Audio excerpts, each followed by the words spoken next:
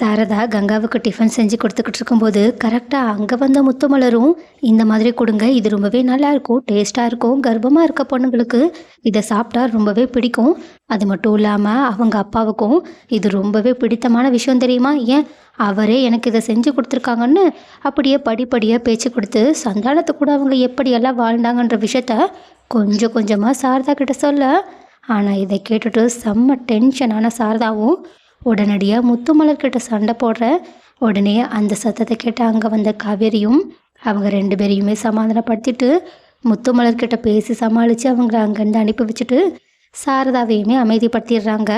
ஆனால் இந்த பக்கம் இப்படி ஒரு பிரச்சனை நடந்துக்கிட்டு இருக்க, இன்னொரு பக்கமும் தங்க கூட ரூம் இல்லாமல் ரொம்பவே கஷ்டமாக இருக்குன்னு சொல்லிட்டு முத்துமலரோட பொண்ணு அவங்க அம்மா கிட்ட குளிருக்கு தூங்க ஒரு நல்ல இடம் இல்லைனாலும் பரவாயில்லம்மா, போத்தி படுக்க பெட்ஷீட் கூட இல்லைன்னு சொல்லிக்கிட்டு இருக்கும்போது கரெக்டாக இதை கேட்டுட்டு அங்கே வந்த விஜயும் உடனடியாக வேலைக்கார அம்மாவை கூப்பிட்டு இவங்களையும் எங்கே தங்க வச்சுருக்கீங்க, இவங்களுக்கு தான் நான் வேறு ரூம் அரேஞ்ச் பண்ணியிருந்தேன்ல, அது என்னாச்சுன்னு கேட்க உடனே அந்த வேலைக்கார அம்மாவும் ராதா அவங்க கிட்ட சொன்ன விஷயங்கள் எல்லாத்தையுமே சொல்லிடுறாங்க. இதை கேட்டுட்டு கடுப்பான விஜயும், அப்படி சொன்னாங்கன்னா முதல்ல நீங்கள் என்கிட்ட வந்து அதை சொல்லியிருக்கணும்ல, முதல்ல இவங்களுக்கு நான் சொன்ன ரூமை கொடுங்க, அப்புறம் எல்லா பெட்ஷீட் தலைவாணியையும் புதுசாக மாற்றுங்கன்னு சொல்ல. ஆனால் அந்த வேலைக்கார அக்காவும் இல்லை ராதாம்மா ஏதாவது சொன்னால் நான் என்ன பண்ணேன்னு கேட்க, அவங்க ஏதாவது சொன்னாங்கன்னா என்கிட்ட வந்து சொல்லுங்கள், நான் பார்த்துக்கிறேன்னு சொல்லிட்டு அவங்க ஒரு வழியாக அவங்களுக்கு தங்கிறதுக்காக ஒரு சூப்பரான ரூம் அரேஞ்ச் பண்ணி கொடுத்துட்றாங்க.